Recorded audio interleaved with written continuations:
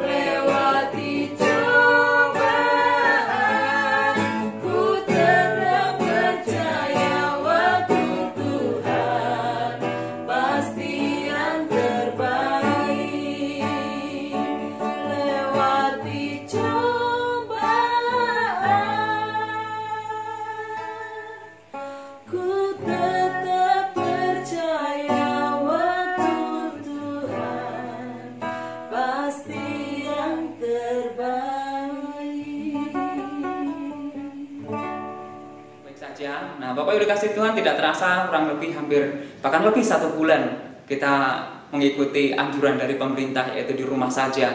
Kita tidak bisa pergi kemana-mana, kita tidak bisa melakukan banyak hal karena semuanya serba dibatasi ketika kita sedang berada di tengah-tengah situasi dunia saat ini yang sedang dilanda oleh pandemi virus COVID-19. Nah, Bapak Ibu dikasih Tuhan, tentu ada banyak hal yang menjadi ganjalan hati kita ketika segala sesuatu kita tidak bisa melakukan banyak aktivitas seperti yang kita lakukan sebelum waktu-waktu ini terjadi. Misalnya, dulu kita bebas pergi kemana-mana saja tanpa khawatir, kita bebas pegang apapun tanpa rasa cemas, kemudian kita bebas bertemu dengan siapapun dengan penuh sukacita, bahkan dalam ibadah-ibadah kita pun kita juga bersama-sama, kita penuh sukacita, kita melakukan fellowship dengan saudara-saudara kita yang lainnya. Tetapi sekarang, kita tidak bisa melakukan hal itu karena kita dibatasi untuk bertemu satu sama lain, kita dibatasi untuk tidak berpergian kemana-mana, dan kita hanya dianjurkan berada di rumah saja. Tentu ada banyak hal yang kita pikirkan, ketika masa-masa sebelum ini terjadi, kita bisa membayangkan ada begitu banyak kegiatan yang bisa kita lakukan. Nah, Bapak Ibu dikasih Tuhan, ketika kita mengalami masa-masa seperti ini, ketika kita sedang dalam masa-masa karantina, di mana kita tidak bisa pergi kemana-mana, kita tidak bisa lakukan banyak hal, kita hanya lebih banyak diam di rumah. Waktu ini, saya percaya bahwa adalah waktu proses pembentukan yang Tuhan izinkan kepada kita. Bapak Ibu dikasih Tuhan, jika saya bertanya bahwa jika wabah pandemi ini sudah berakhir, apa yang akan kita lakukan selanjutnya?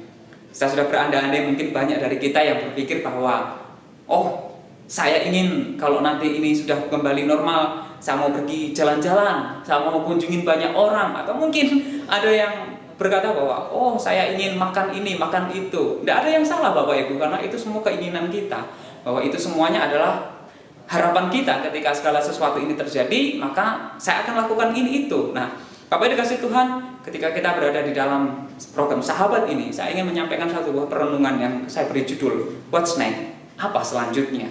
Bapak dikasih Tuhan, saya percaya bahwa ketika Tuhan izinkan kita berada di dalam masa-masa karantina sekarang tanpa tujuan apapun, ketika kita merasa bahwa ini terjadi, tapi saya percaya Tuhan punya satu rencana. Nah, Bapak Ibu dikasih Tuhan, ketika kita mengalami masa-masa seperti ini, sadarilah bahwa waktu-waktu ini adalah waktu-waktu pemproses yang Tuhan izinkan dalam kehidupan kita supaya kita diproses oleh Tuhan. Nah, Bapak Ibu, ketika kita mengalami situasi seperti ini, setidaknya ada dua tokoh Alkitab juga yang mengalami masa-masa sama, yaitu ketika mereka hanya duduk, lebih banyak meluangkan waktunya untuk sendiri diam saja daripada mereka bertemu dengan orang, daripada mereka berpergian kemana-mana, atau mereka melakukan hal-hal yang mereka suka. Ketika mereka mengalami masa-masa karantina ini, disitulah Tuhan memproses mereka. Yang pertama, kita akan belajar dari tokoh Yusuf. Apa yang dikasih Tuhan? Setidaknya Yusuf mengalami 2 kali masa karantina, yaitu yang pertama adalah ketika dia dimasukkan ke dalam sumur yang kering. Dia dimasukkan seorang diri situ, kemudian ditinggal pergi oleh saudara-saudaranya. Dan yang kedua adalah ketika Yusuf dimasukkan ke dalam penjara oleh karena fitnah yang dilakukan oleh istri Potifar. Nah, Bapak Ibu yang dikasih Tuhan, bisa kita bayangkan ketika Yusuf masih kecil, dia harus masuk ke dalam sumur yang kosong, pasti dia merasa sedih, merasa ditinggalkan. Dan kemudian ketika dia sudah mengatasi masa itu, ketika dia sudah bekerja di rumah Potifar, dan kemudian juga dia harus difitnah oleh istri Potifar, dan dia masuk ke penjara untuk beberapa lama waktunya. Tentu Yusuf berpikir bahwa ketika dia mengalami masa-masa seperti itu, dia tidak bisa melakukan banyak kegiatan yang dia bisa lakukan sebelumnya. Dia geraknya terbatas, waktunya hanya dihabiskan di satu tempat. Yusuf mengalami hal itu. Yusuf mengalami masa-masa karantina ketika dia dimasukkan ke sumur kering dan juga ketika dia masuk ke dalam penjara. Tetapi Bapak Ibu dikasih Tuhan, apa yang terjadi ketika Yusuf mengalami masa-masa seperti ini? Yang terjadi adalah Yusuf dulu adalah seorang anak yang sangat manja. Dia disemanjakan oleh ayahnya Yakub. Alkitab mengatakan bahwa dia anak kesayangan, sehingga Yusuf diberikan jubah yang indah. Yusuf yang awalnya sebagai seorang anak yang hidupnya penuh dengan kasih sayang, Yusuf yang tumbuh menjadi seorang pribadi yang manja. Ketika Tuhan izinkan Yusuf mengalami satu karantina dalam hidupnya, disitulah Tuhan memproses hidupnya. Sehingga apa yang terjadi ketika banyak hal yang harus Yusuf alami ketika dia berada di dalam kesendiriannya di sumur, ketika Yusuf berada di dalam kesendiriannya, ketika dia berada di dalam penjara. Ketika Yusuf sudah mengatasi hal-hal tersebut, what's next? Apa selanjutnya? Yang terjadi selanjutnya adalah Yusuf berubah menjadi satu pribadi yang sangat berbeda. Yusuf menjadi satu pribadi yang penuh kedewasaan di dalam iman dan karakternya. Yusuf yang dulu adalah seorang pribadi yang sangat manja, ketika dia sudah bisa mengalami masa-masa karantinanya, Yusuf berubah drastis secara karakternya. Dia bisa semakin mengerti apa yang menjadi maksud rencana Tuhan ketika dia berkata kepada saudaranya, memang engkau merekarkakan perkara yang buruk kepadaku, tetapi Allah merekarkakan perkara yang baik. Allah sengaja mengutus aku untuk mendahului kamu untuk memelihara satu bangsa yang besar. Bapak Ibu lihat, ketika Yusuf mengalami masa karantina, disitulah Tuhan memproses. Sehingga akhirnya ketika Yusuf sudah menyelesaikan masa karantinanya, Yusuf bisa melakukan sesuatu hal yang luar biasa, di mana Yusuf menjadi orang nomor 2 di Mesir. Dia bisa melakukan banyak kebijakan, di mana dia bisa mengatasi kelaparan yang terjadi di Mesir, bahkan di dunia saat itu. Yusuf tidak akan bisa melakukan itu tanpa dia mengalami masa karantina terlebih dahulu. Ketika dia mengalami masa-masa karantina, Yusuf banyak belajar. Ketika masa ini selesai, apa yang harus saya lakukan selanjutnya?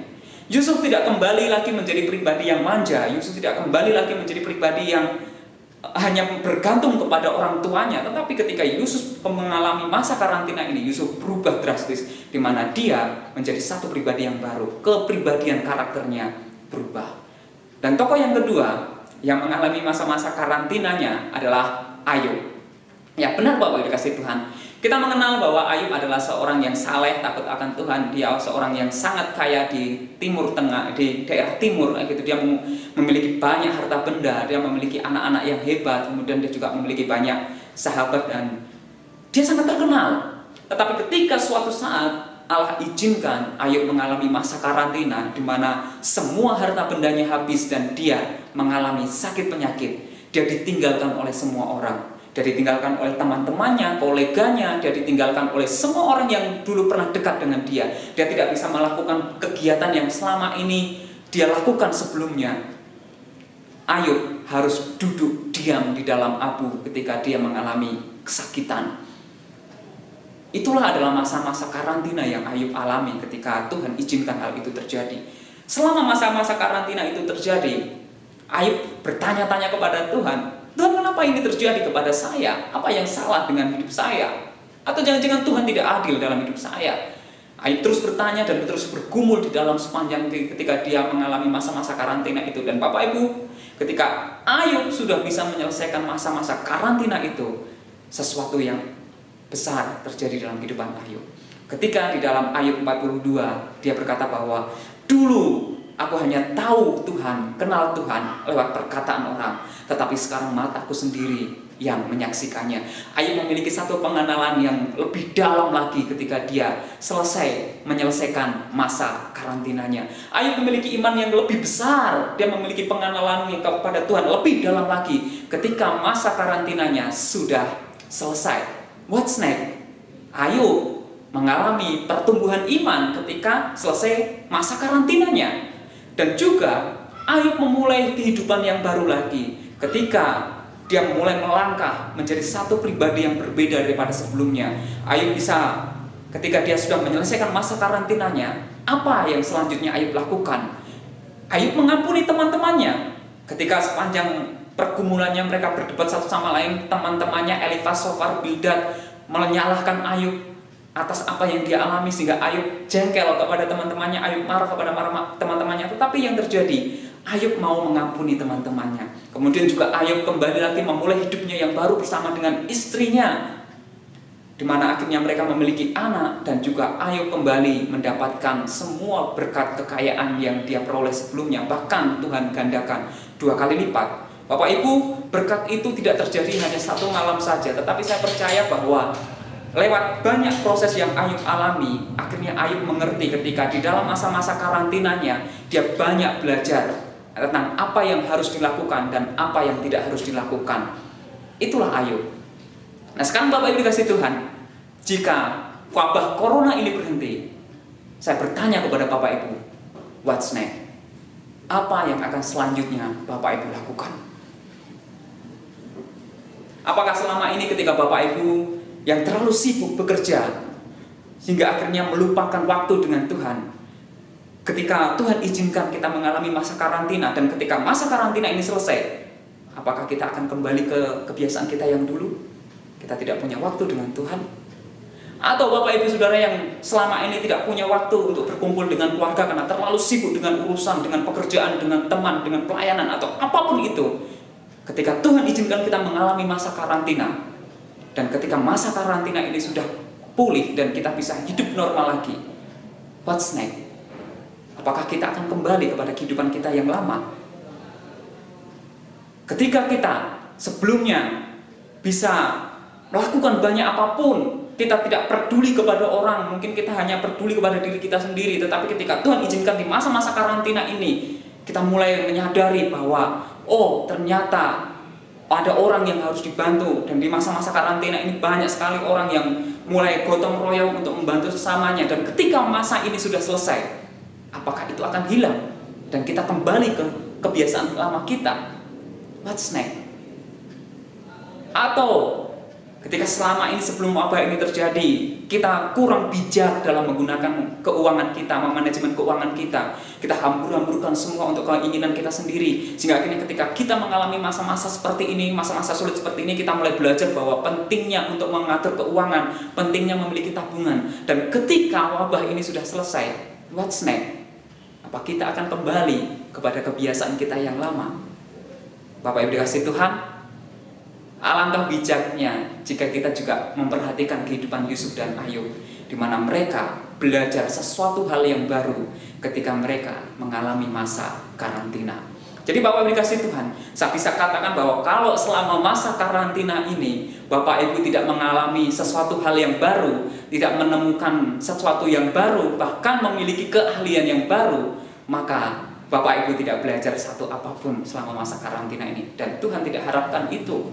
Kalau Tuhan izinkan kita mengalami masa karantina ini, justru disinilah Tuhan akan memproses kita untuk kita bisa memikirkan sesuatu hal yang baru, melakukan sesuatu hal yang baru, dan untuk kita mendapatkan sesuatu hal yang baru. Jadi, what's next? Apa yang akan kita lakukan setelah wabah COVID-19 ini selesai? Itu yang harus kita pikirkan.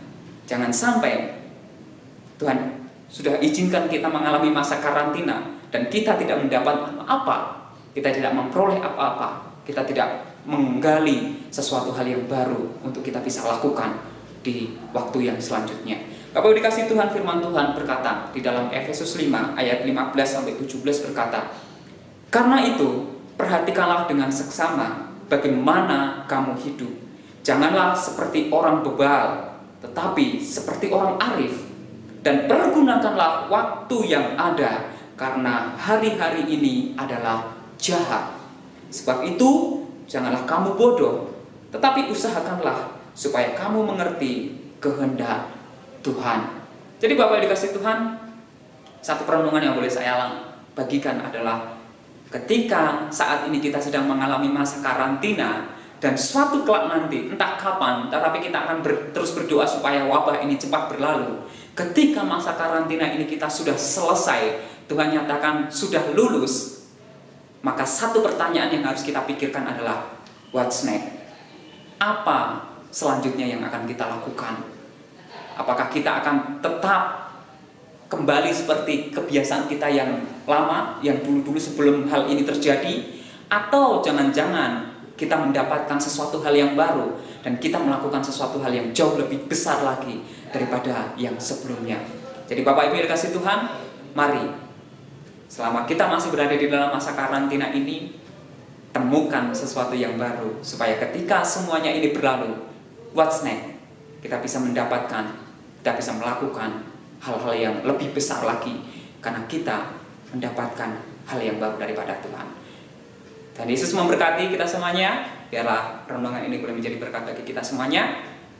Tuhan Yesus memberkati. Mari kita berdoa Bapak Ibu. Tuhan, kami bersyukur untuk setiap kasih setia yang telah Engkau berikan kepada kami ketika kami belajar. Kadang-kala Tuhan izinkan sesuatu hal terjadi dalam hidup kami ketika kami mengalami masa-masa karantina seperti sekarang ini Tuhan.